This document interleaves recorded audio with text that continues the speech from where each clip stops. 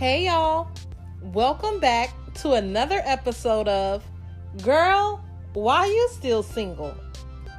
It's your host, Dion Chalette, and I can't believe that we are already at episode 6, y'all. Shout out to everybody who has been supporting and showing love.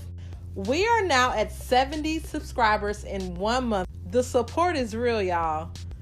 I'm just grateful that God has truly been showing up and showing out.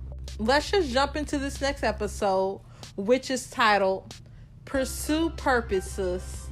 So this week, I want to share with you all how God forced me to separate to elevate. So how many times this week have you said, I'm going to start tomorrow, or I'm going to start fresh on Monday, a new week? And then when that Monday came, or when that next day came, you're still procrastinating. I feel like weeks, months, and sometimes even years pass us by, and we continue to tell ourselves that we're going to start tomorrow. So the question is, what is really holding us back? Is it fear? Is it just plain old procrastination? Is it distractions? The crazy part about it is that all three of those have been a major barrier for me. I have written out business plans. I have allowed promotions on my job to bypass me. I have settled for mediocre because I have stood in my own way, basically. So what has changed to get me to recognize that I'm standing in my own way?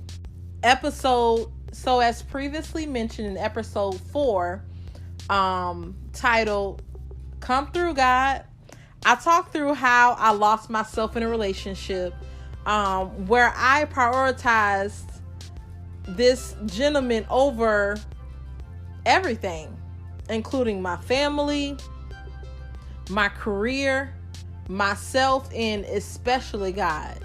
And at this point of my life is when I found out that God is a very jealous God.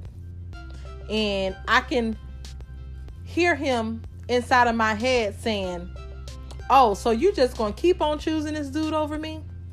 Now, this thought has not only came up in dealings with a relationship, it has also came up when I'm spending too much time on social media, or I'm watching too many reality TV shows like The Real Housewives or Love and Hip Hop. And here recently, Moesha and Sister on Netflix. And I have a bad habit, y'all. Like, I can spend hours on social media. I can spend hours laying in the bed watching TV, wasting time. So once God was able to pull me away from all of these distractions, a couple of years ago, I finished a business plan and I launched my cleaning service, which is called Beyond A1 Cleaning Service. And once I started, God showed me that through faith and works that all things are possible. And my very first project was worth $10,000, y'all. Now, talk about overwhelmed and excited. I was ecstatic, and I thought I was well on my way to becoming this successful business owner. Now, God continued to provide me with different opportunities. He put me in rooms that I couldn't even imagine I would be in.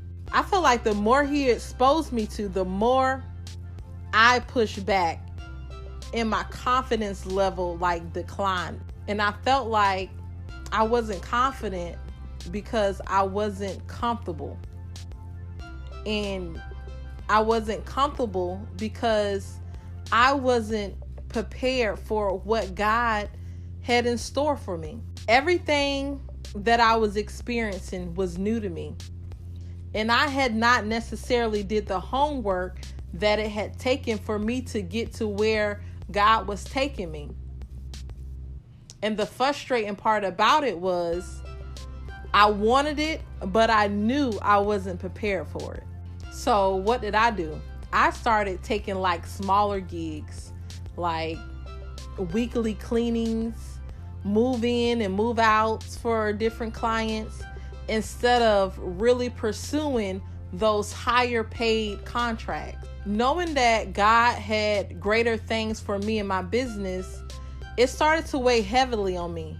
And as I continued to push my business on the back burner, God started to reveal to me that He wanted bigger and better for me. And He continued to tell me to prepare myself. So there's this song that I really enjoy listening to, and it's called Make Room by Jonathan McReynolds. And basically this song has helped me to connect with God in such an intimate way. And by connecting with God, it has allowed me to open up my thinking and allowing God to really lead me and guide me to what it is that He really wants me to focus on. So how did I begin to prepare myself for greater? I start being more intentional about the things that God placed on my heart. As far as with the cleaning business, I knew how uncomfortable I felt when I had to meet up with different contractors or go into different boardrooms to pitch different ideas. So now I'm being more intentional about learning more about the business, talking to different people who already own the cleaning services. Just Googling has really helped me out, looking at different YouTube videos, how to bid on different projects, trying to figure out how to market my business better, and just utilizing my resources. What justice would it be if God gave me what I prayed for and then I'm not ready for it and end up dropping the ball? So I guess what I'm trying to explain to you all this week is that we have to do more than pray for what we want. We have to be prepared for it. So this week I challenge you to find a quiet place, pray, and ask God for direction. Direction for your purpose, direction for your visions, direction for your dreams, for your career. Make room for God this week, and I guarantee you He'll show up. So your homework assignment for this week is, I have 2 questions for you. Question number 1 is, what is distracting you from pursuing your purpose, your career, your dream, or your vision? Question number 2, have you asked God to direct your path? Or better yet, are you willing to give God total control? For extra credit this week, check out Make Room by Jonathan McReynolds and comment below how you will make room for God this week. Don't forget to share this episode with a friend. And until next time, family, let's be intentional about living in our singleness.